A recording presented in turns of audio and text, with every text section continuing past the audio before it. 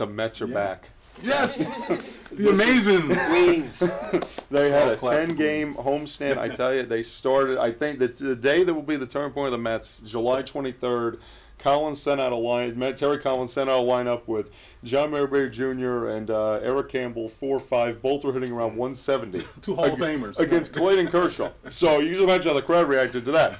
So the next day, Alderson went out and got a couple of hitters. He got Juan Uribe and Kelly Johnson. The effect on Lucas Duda was incredible. Exactly. 9 home runs in 8 games since those guys showed up. Then a week later, right at 4 o'clock on the deadline, and this was after the Wilmer Flores fiasco about him being traded to Gomez. He gets an even better guy. He gets, Yoenis Cespedes. So you have Cespedes and Duda 3-4 in the order. That's as good a righty lefty as anybody in the league. No doubt. No, you've even seen the results as soon as possible because with Cespedes' addition to the lineup, Duda's had 3 home runs in the last 3 games.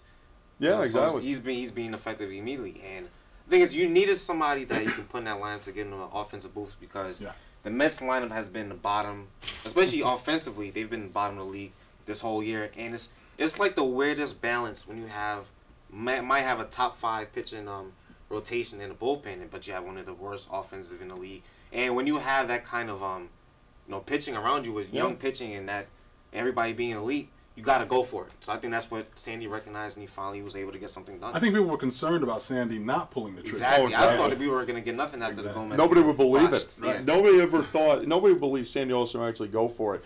He did, and you look at that team. That rotation is arguably the best in the National League. Lineup is tough now. That's a tough lineup to get through. And then they add Tyler Clippard to the bullpen.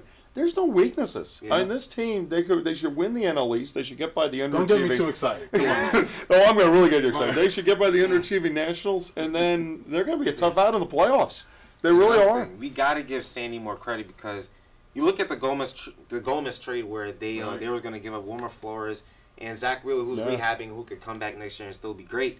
In the Yoenis Cespedes trade, they gave up some low-level. I mean, they were still good prospects. They were low-level like prospects. A-ballers, They weren't guys that could affect the team in the next 3 years, like Conforto or Nimmo. They gave up Michael Fulmer and Luis Cessa. So, and Alderson is making some good moves. Has pretty much been a smooth operator in a trade deadline. No question. No, I mean, this is from a Yankee fan over here, guys. So you know it's good information. Like, I mean, I couldn't be happier about it. I've got a big family of Met supporters, and we're not biased here, but we love our Mets. So it's a very time.